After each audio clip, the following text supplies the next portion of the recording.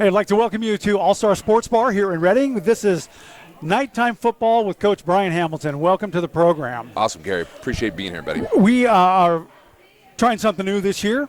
We're really looking forward to a great season. We're going to talk about all kinds of things within the next hour. And I think a good place to start is way back in March when you had the dinner and auction, and Coach Thompson announced that he was stepping down or trading places with you. Can you clear up that whole thing? Because he's on the sideline. I saw him last weekend. Yeah. What is the situation? You're head coach. Yeah, absolutely. And before we say that, I just say that appreciate you doing this. This is awesome. My pleasure. Having this show, promoting Shasta College athletics here at All Stars. I'm excited about hopefully the next 12 weeks of being together. We're hoping it's going to be 12 weeks at least. Of being together and promoting our team and our players and our community, because that's really what we're here about, right? Community college. Absolutely. And I'm excited. I know our staff's excited. Our players are excited. So, and going back to what you were talking about with the transition, it's something that Craig and I have talked about. We're good friends, and he's done an incredible job with the program and his heart, and poured his heart in the community through Shasta College football. And it's something that I was a part of through, in the 90s, late 90s, early 2000s. Then I took a hiatus to go be a head high school coach. That's right. At Foothill High School in Palo Cedro. But we still stayed in contact with each other. Of course, we've been friends for, many, many years. And there came a point in time after 10 years of being the head coach where I was looking to maybe do something else. And he had contacted me, and we started having conversations about possibly me coming out and joining his staff again. And in those conversations, kind of looking at a short-term vision, and a long-term vision. And part of that long-term vision was eventually him, wanting me to take over as the head coach. And so that was a conversation we had after this season. It's not something that just came on, because of a winning season or a losing season or because of an incident or nothing like that. It was just, time in our coaching careers where we both felt like it would be kind of fun to do and it re-energized us in a different way. And so ultimately it was Craig's decision. He's earned that, putting, so many years into Shasta College and things. But when he approached me with it, I was, excited about it. And so once there was a lot of logistical things that have to take place, Absolutely, right. Contractual and all that kind of stuff. But once all that stuff got worked out, we made the transition, and we've been excited about it. And so Craig is now the defensive coordinator, assistant head coach. Right. I remain the offensive coordinator and head coach. So it's it's different and it's exciting, but we're also continuing working together, and so we're excited about that as well. I think everybody is very excited to know that Coach Thompson's still on the sidelines. And let's fast forward to present time, where you guys had a scrimmage last week against College of the Redwoods. Yes. How'd you feel about that? As the head coach or any coach, but certainly as the head coach's perspective, you come away with it always finding things you need to work on. But if I remove myself from that critical eye, I felt good about what we did in the first half, especially with the players that are ready to play. I felt good about what we did. There were some mistakes early on. We played, our scrimmage was quite a bit earlier, a week earlier than most other teams' scrimmages. Most other teams scrimmaged this week. Okay. To back it up another week means you're less prepared, but it also gives us more time to adjust afterwards. So there's some good and bad about it. But I thought we did some really good things. I thought Hoke throwing 4 touchdown passes our quarterback in the first half. Looked good. I thought our receiving corps played well. I thought our D-line was fantastic, quick, strong. I thought in the areas where we're young and we need to have game experience, not just practice experience, I thought it showed. But I'm excited about where we are. Let me. It was fun to hit somebody else. Yeah, let me throw. Yeah, I bet it was. Let me throw this in really quickly because you guys did something that I thought was really cool, and you had both teams meet in the middle of the field before the scrimmage even started. And that was to give them some special instructions, like quarterbacks were off limits and things like that. And I would assume that you did that because we don't want anybody getting hurt in a scrimmage. Redwoods was not our foe that day. They were a partner with us trying to get better. And so the message from me to them, and it was well received by them and by their head coach, was that we're here to all get work in. We want Redwoods to have a very good season. We respect them from when we were in that conference. We want them to have a great season. We do not want them to lose a player. We have high expectations for our season. Sure. We don't want to be in a situation where we lose a quarterback or anybody. Right. So we were just kind of conveying that message. And I was also thanking them. They got on a bus, early in the morning to make the trip over to scrimmage us. And I wanted to thank them for that because it allows us to get better and allows us to, have a great day and stuff. So I thought it was great. We've never done it that way before. We've had a conversation before. And I think what it did was it allowed us to focus on the reasons why we were there. And Sure. so during the scrimmage, we didn't have – I know that we had some issues with one play and a deal, but for the most part, it was a very cordial and well-received scrimmage, and I thought we got a lot of work done. Well, I watched the first half of that from the opposing side, Yes. just to get a different perspective. Mm-hmm. And it truly is a different perspective. Yeah. When I'm on your side, I'm all the way on top of the press box. I can't really hear what's going on the sidelines. I heard what was going on the sidelines, and it was quite colorful in a good way, Yes. not in a bad way. Yeah. I mean, they weren't. There was no animosity or anything like that. They were working on stuff, and all their different divisions and coaches were working on stuff with their players, and I know you guys were too. So I think that a scrimmage of that nature was very beneficial for both. Frank does a great job at Redwoods. I respect him a lot. And so next year we'll go over there and we'll scrimmage them at their place. Now let's look towards what's coming up. That's Chabot College this Saturday night, 6 o'clock. Yes. What do you know about Chabot? They're from Hayward. They are. Last year we went down there and played them in our first game, and it didn't go our way. And they're a very good team. I mean, if you look back in the last 5 years, the Northern Conference, Northern Division playoff teams, and there's 4 every year. They've been in it twice, and that's quite a statement. There's a lot of good teams. There's only been, Butte, Siskiyous has been in twice, I believe. I'm going off just my memory here. But there's only been one team that's been in it all 5 years, and I believe that's San Mateo. Right? Like even Laney, who won the national championship last year, they've only been in it twice. So Chabot, and I'm talking about the last 5 years. Mm-hmm. So Chabot has been in there the last 5 years twice as well. So they're a team that is well coached, have an established program. They've played at this division for a long time. Their quarterback is going to, he's already receiving major Division I. I believe he has an offer from Southern Miss. Wow, he's a that's fantastic impressive. player. They've got a fantastic wide receiver. They return their interior 3 offensive linemen that are fantastic. They're good. So it's a challenge for us. But every week at this division is a challenge for us. And so that makes it exciting, but it also makes it tough. I mean, you got to show up every week to play. The challenge that you just mentioned, there's a lot of things that go along with challenges. And one of them is starting last year, Shasta College got moved into a different division. And for those that don't know the difference between the American and National, can you explain that a little bit to us? Well, the 3CAA and our kind of reshuffles the teams every 2 years. A lot of times there's not much movement, but it's based on success. It's based on, how well you're doing. They want to set athletes up for success and not to be going out and playing teams that, a team that has, 3,000 people in their school playing a team that has 50,000 people in their school, and that type of thing. So they want some parity. So when I was here in the mid-'90s, we were in the National Division at that time. It wasn't called the National Division, but we were playing, Butte was our conference, Siskiyous was in our conference, Sure. Laney, Santa Rosa. So we were playing that gauntlet of a schedule. Then we were struggling. Years later, we were struggling, and so they brought us down to the American Division. Once we got things rolling in the American Division. You didn't struggle at all. We didn't struggle. We were played in 3 consecutive division championships and won 2 of them, and we're the top team as far as winning percentage. And so when it came time to reshuffle again, they put us in with the guys that are going to have a chance to win the national championship. And, we play one of the toughest conferences in 3CAA. So it's tough, but it's good. You guys had just come off your first championship right before we came on board with you. Correct. That was our first year, and you did it all the way from start to finish. You won every game. You won your championship bowl game. So for us, we were very excited to be part of it because it's very rare you sign on with something and they go all the way and win the championship. Yeah, it was fun. Those years were fun, and our goal throughout that whole time, and I think any competitive person or somebody trying to build a program to a certain point, certain spot, you're trying to get to the pinnacle of the top. Sure. So for us to do that, to get to this division, we knew we had to be successful at the American Division. Other than just the success that you had in the American Division, moving up to the National Division, is there a difference in player caliber? For sure, there's no question. What's that difference? Most of your national division teams have Division II, Division I caliber, NCAA caliber players. Their budget's usually quite a bit larger. Their focus on, hiring on-campus coaches or more coaches to support the team. It's just a different. It would be. I would kind of equate it to being in the FCS or FBS in Okay. college football.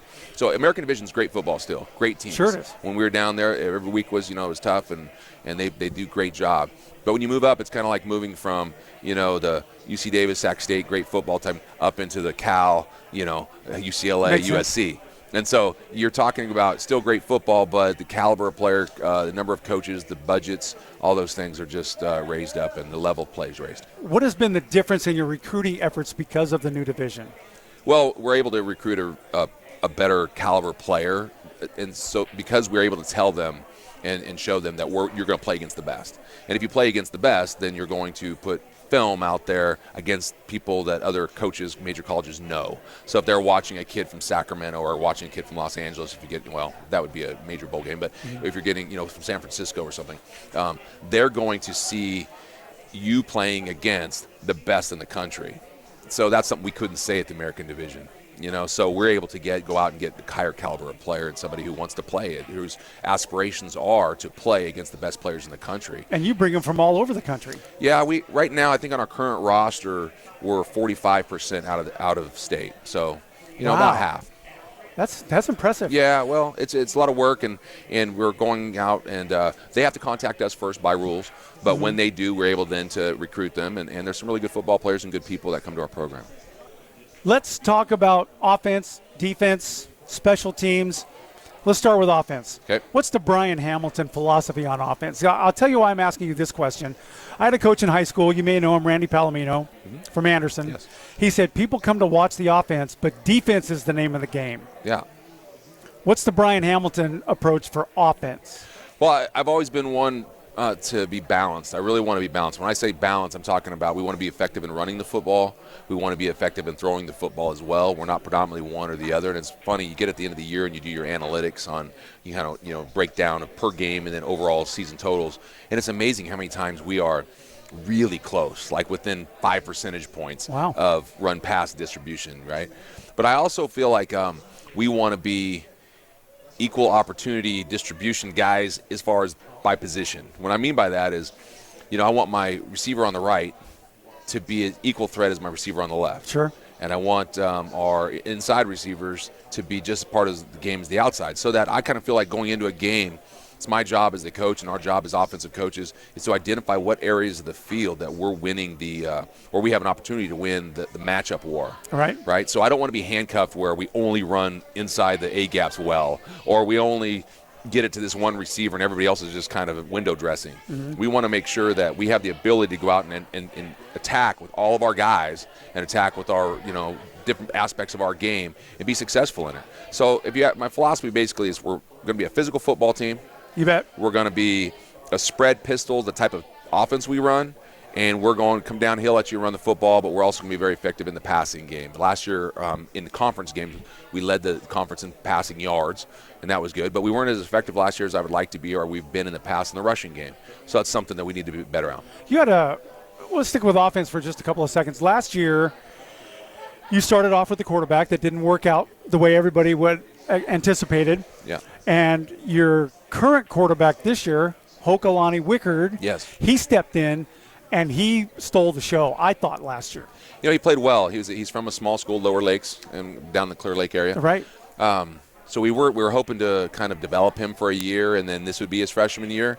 Didn't work out that way because at the end of the day, you got to play your best person, and you got to play your best person for sure at the quarterback spot.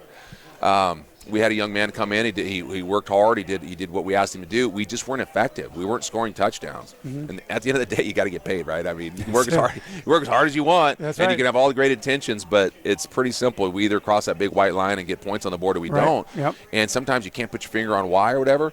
But some guy, and you see it at every level, right? You see it on Sundays in the pros. Sure. Certain guys can just do that, and that's why they're getting paid the big bucks, or that's why they're starting. Well, in Hoke's case, he came in, and immediately we were able to start moving the football. We were able to start, and stop the 3 and outs. Yeah, and, he and made put things points happen on the board. And so it was a tough decision per se as far as personalities, because you don't want to you bring a guy in, especially an out-of-state guy, and you know what they're investing and you know what they're everybody wants to play, and as a coach, you want to see everybody be successful. Sure. But at the end of the day, we had to go with the guy that we felt gave us the best opportunity to win, and Hoke did that. And he did a great job. He had some rough spots as a young quarterback. We turned the ball over more times than we wanted to at that position, but he learned from it, and he got better every week, and then had a great offseason. He's better conditioned right now. He has a full grasp of the offense. He understands what it takes in preparation to be a college quarterback, and so we're really high on him right now. I think he's going to make some big things happen for you this year. Yeah. Before I move on to defense, we're going to talk about player count, because I've never seen as many players on a football team as Shasta College carries. Well, it depends. Last year we were a little bit light. In there were some reasons for that. We had the fire, and so we had to start late, and some people did show up, and there's a lot of reasons for that. You can get too big. I know some of our opponents will carry 140, 150 people. Really? Yeah, and they won't travel that many. So when they show up to our stadium, they don't have 150 people. Right. But on their roster, they'll have 150 people. We try. There's no magic number, but as the head coach, I really feel like we need to have a good group of players that can play now, players that can back those players up, and then players that we're developing so that the following year they're ready to be those players. So kind of in thirds. And a good number for me is anywhere from mid-90s to 110. Wow. And so we're at about. I look today at our current roster, and it fluctuates because you have people that decide I came out and try, and that's not for me or whatever. We're right at 100, 105 roughly. And so that's a good number for us, and it's pretty much what our facility and our dorms and things like that can handle. How do you got some great depth. I'm really impressed with the depth in all positions, but there's some of those guys that may never see action. Yeah. How do you keep them in tune with the game? How do you keep them motivated and ready to go when you say, "Hey, it's your turn, go"? How do you keep them involved? Yeah, and that's the tough part because as a human being, you're investing in something. I'm talking about the player now, and you want to have that thrill of the payday of the game. But like real life, it doesn't always happen that way. Sometimes you're investing, and sometimes you're working for maybe behind the scenes so that the leading actor can get the accolades, sure, or whatever, or the people that are in the back cooking the meal so that the restaurant name can get the accolades, right? And so it's the same type of thing. We have to really sell them on the fact that they're important, that they're valued, that they play an integral part in our success by being there every day, by preparing so that when they do get in the game, they're ready to go. And also, we have to have people throughout the week preparing the guys that are playing. I mean, they have to go out there and compete against somebody during the week. That's correct. So those guys, that's their role. Some people embrace that, and they really love it. They love the camaraderie of the locker room. They love the fact that they're a part of something special and bigger than them, as a whole, than themselves individually. So they love that. So the games, they want to play, but they embrace the whole aspect of the team. Other guys, their personalities aren't conducive to that. So when they're not playing, they mentally can't handle the daily grind and not being able to play, and we get it. So some of those guys don't make it. Some of those guys do something else or go try a different school or whatever it may be. But I really feel like we have a good culture. We have a staff. And you have a great culture. We have a good staff that embraces everybody, whether they're a starter or not, that they feel like they're part of something special, and they're fostering relationships on the football team that could be lifelong, that are special to them now. Then most of our guys will stay. And so far this year, I know we haven't played a game yet, but we've gone through a lot of practices and a lot of camp and the grind, and guys at this point know kind of whether they're in the mix to play or not. We haven't had a large turnover, so that's a great sign. We're talking to head coach of Shasta College Knights, Bryon Hamilton. And there's so many things that we can cover in the time that we have today. For those that don't know about the red shirt, gray shirt thing, can you explain that for us? Well, when a player, NCAA gives you 5 years to play. This can get complicated depending on what level, whether you're going to Division 1A or FCS or Division 2 or Division 3 or NAIA. So I won't bore you with all those details. I'll give you the basics. The NCAA allows you 5 years to play football. 4 of those years can be active. Okay. So a red shirt, I'll go with that first, is somebody who we're preparing to play. They're in a full load of classes. They can dress out even during the games. They can participate in all the practices. They just don't play in the game. Okay. So when they don't play in the game, and there's a certain percentage of games they can play in, and that varies as well, but just for the most part, if they don't play in the game, then that year counts as their red shirt. So after that season, they have 4 years active left. Okay. That's a red shirt. A gray shirt, same thing basically, but they can't dress for games. Okay. They can't put on the pads for games. They'll be in cloth or just T-shirt or whatever. Stand on sideline, you'll see them chart and doing things like that. And they cannot enroll in a full load because once they start their 12-plus units, now their clock starts. Oh, okay. But if they stay underneath that, then their clock never starts. So Trent Darms a couple years ago, our quarterback. Sure. Okay, Trent was an example of a gray shirt. So he came to us, he gray shirted. So that year he was developing with us, didn't count against his clock at all. That's good. So the following year when he came back, he was a true freshman, just as if he graduated from high school. I see. Because he gray shirted. I see. How did that affect the injury with Vinny Smith last year? It was great because he gray shirted and he lost the year, which was horrible for him, and I know it was disappointing and all those things, but it didn't cost him a year. Right. Because of when it happened. So he's able to drop his load down, and now Vinny's a true freshman, so he's got 5 years to play for. I expect he will do great things for you this year. You've got a quarterback that's great. Let's talk about defense for a second. Your style of defense is very aggressive. It's very tense. What do you expect, and how do you prepare for the team that you're playing this week, Chabot College, on defense? Well, defense in general, and then talk about Chabot. My personality as a football player and a head coach is very aggressive. You said that. Yep. I want to get after you. I want to be the alpha male. I want our team to be the alpha male in the football team. Sometimes that's really good, and sometimes that can get you in a little bit of trouble. Mm-hmm. Depends on your personnel and who you're playing and how they attack you. I just always like to be the hammer, not the nail, right? Sure. I mean, that's just the way. As a football player in high school, I was tall, but I was kind of skinny, so I always had to have a little chip on my shoulder. Then when I went and played Division I football, I was never the biggest or whatever. So then I had to really decide if I wanted to be, at a pit bull on the football field, because that's the only way I was going to play. Right. So then I just carried that over into my coaching. Craig Thompson's our head coach. Of course, he wants to be the alpha male, and of course, he played linebacker. Right. He has a linebacker mentality. Yeah. But he's a little bit different, little calmer, and he's also more. His philosophy is more based on being sound. So what I mean by that is guys are in the right spot, guys are doing the right thing, and making the offense earn it. In the philosophy of the offense can't go down and they're going to make a mistake in 10 plays, or defense is going to make a play, or it's hard to march down and put a 10-play drive together. And so get the guys in the right spots, let your athletes play, don't make it too complicated, and be sound. Make sure you're dialed in there. And at the end of the day, we're going to prevent a lot of points, and we're gonna play better defense that way. So he and I come together. I always feel like both sides of the ball, they need to reflect the head coach. Right. Right. I mean, when I was the offense, it needed to reflect, as the offense coordinator, I neted to reflect Craig's personality. I mean, on Sure. offense somewhat. Right. He's the head coach.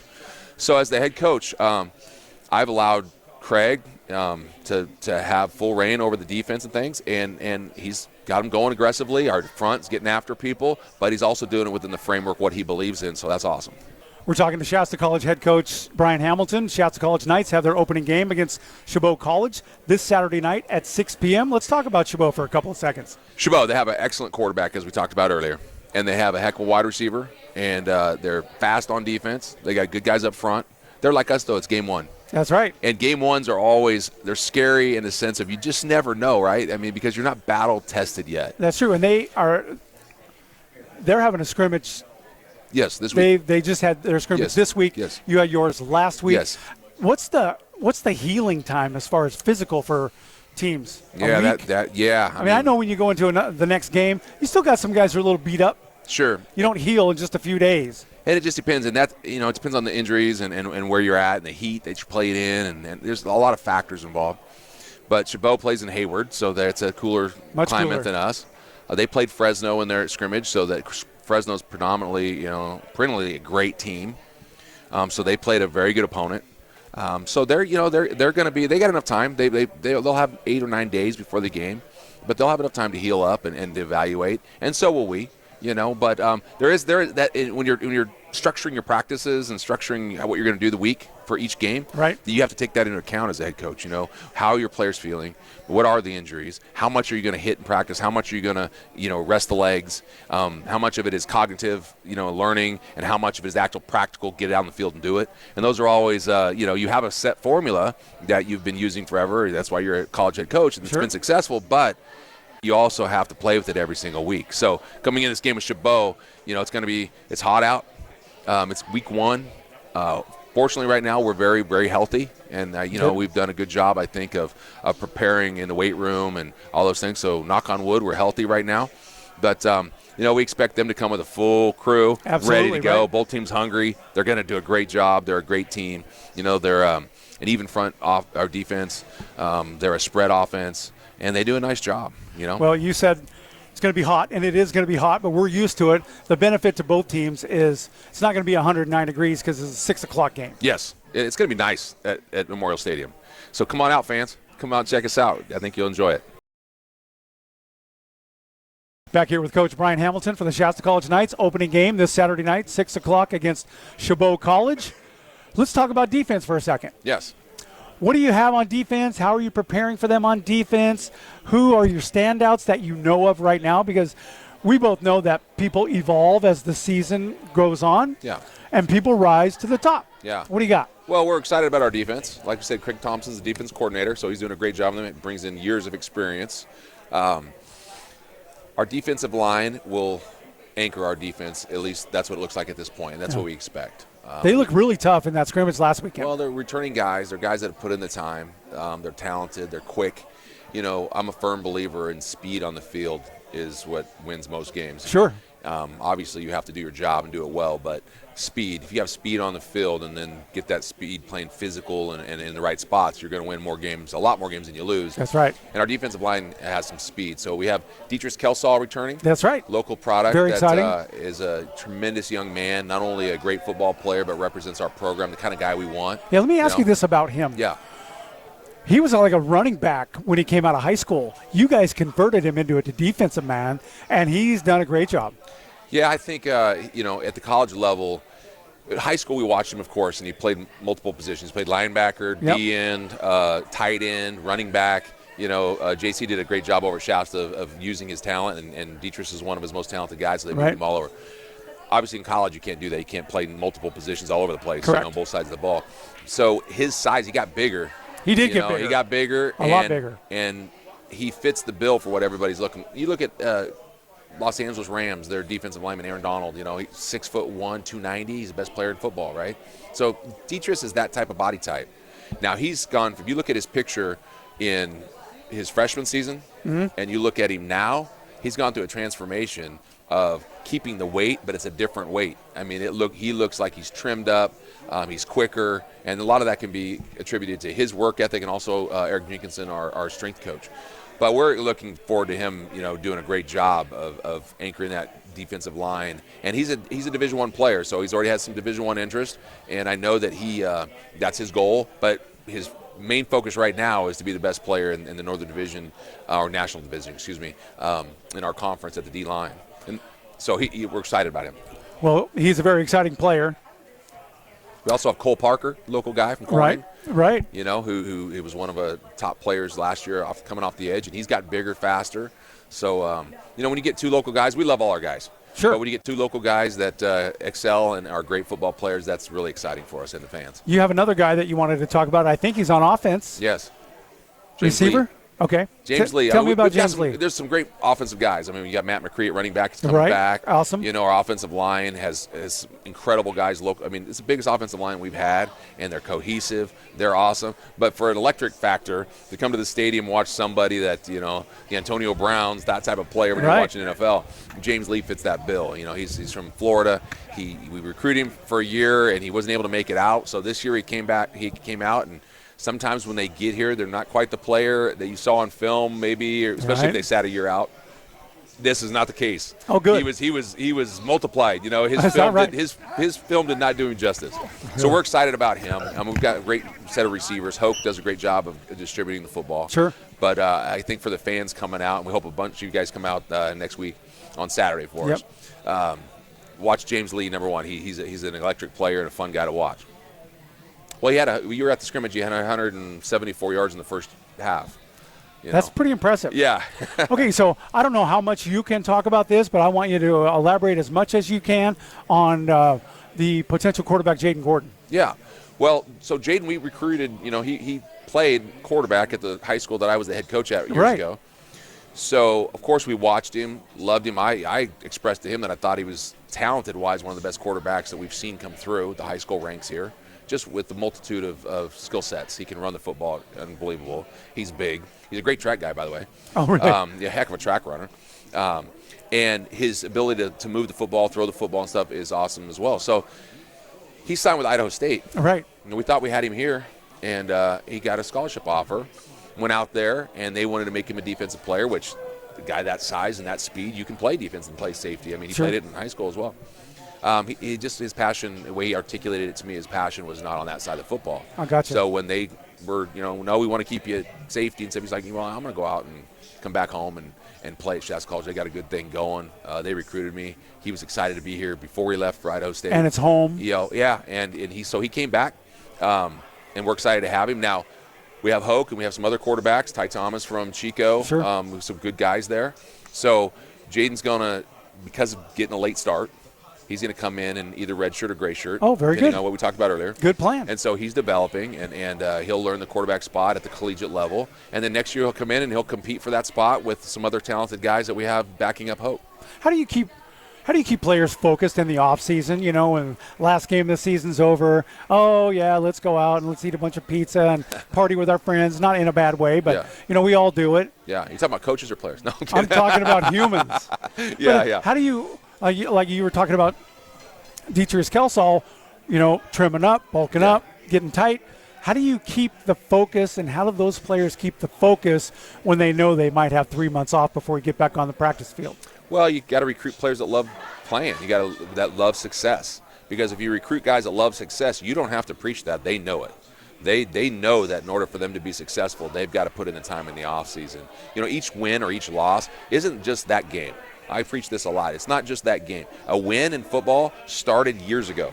Yeah. It started when that player was a high school player and the habits he embraced and how he prepared himself. It started years ago when we were recruiting that guy. And so those wins and losses, they take they're a process of years. It's not just that night. Right. And so in order to be successful like we want to be and we plan to be, you have to recruit guys that, number one, want to be successful all year round. Then when we get to the off season, you have to have a plan and you have to have a structured program that allows them to take that passion and plug it into something that is, organized, structured, and fun, or, and meets their needs. And so we've done that. We've got a great off-season program. We had a great spring football this year. We had one of the first years we've had an actual a lot of reasons for that because of our numbers allowed us to do this. We had an actual structured where we went to meetings. We put in our installs. We went out. Of course, you got to be in cloth. You can't be in helmets and stuff right. in junior college and community college in California. But we went out and we did it, had regular things. And they loved it. The guys loved it because it's, they get to the NCAA level, they're playing, they're padded up and banging it up in the spring, right. Yeah. So we have to get them prepared for that as well. But we've got to recruit the right guy, got to have the right structured program for them to plug into. And when you do that, you get guys like Kelsaw who look completely different than next year. Right. This is going to be my final question for you today because we've got it all covered. Your job as a coach to win football games. Sure. Your job as a coach is to have influence on these young men that may never play another game after they're done with your program. Yeah. How do you condition these guys from a human point of view to be good men beyond the game of football? Well, and I don't think I'm just speaking, it's easier for me to sit here on our program today and give you some spiel about something and then go do something completely opposite. But I think anybody who's played for me or some guys that are in our program right now know that I preach all the time that winning is a byproduct of little things. And so I don't even really focus. People ask me, what do you think your record is going to be and stuff? Well, of course, as a human being, I want it to be a certain thing. Right. I want to have success. And I've got in my mind what that looks like. But I don't really focus on that. What I focus on doing the little things right, going to class on time. Right.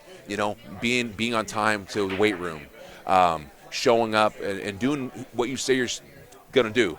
And we preach that all the time, and being a good teammate. And I feel like if we get those things, all those boxes checked and all those things going on, that the byproduct of that is going to be winning football games. Right. So I, as a head coach, especially at the community high school level and now the community college level, I think our number one goal and our number one job is to make sure that the men and young guys that check into our program leave with it better, not just as football players, but in life skills, in relationships, in just that transitional phase that's so important right now. And honestly, I think that's why I'm here. I think that's why, I'm a guy that believes in God. I think that's why God has me here. That's right. I think God has me here because he wants, he puts people in charge of young men that have that passion. And I got a staff of guys like that too. I know you do. I mean, that it's not just about football. It's about making sure at the end of the day they're a part of a family and a culture that's going to allow them to go out in this violent, mean world sometimes and be successful. Well, all those things considered, Saturday night at 6 o'clock, it will be all about football. Yeah. Chabot College coming to town. We're excited. Coach Hamilton, thank you for your time. We'll do this every week, and we look forward to seeing the game on Saturday. Thanks, Gary. I hope everybody comes out and watches this. Appreciate it, man.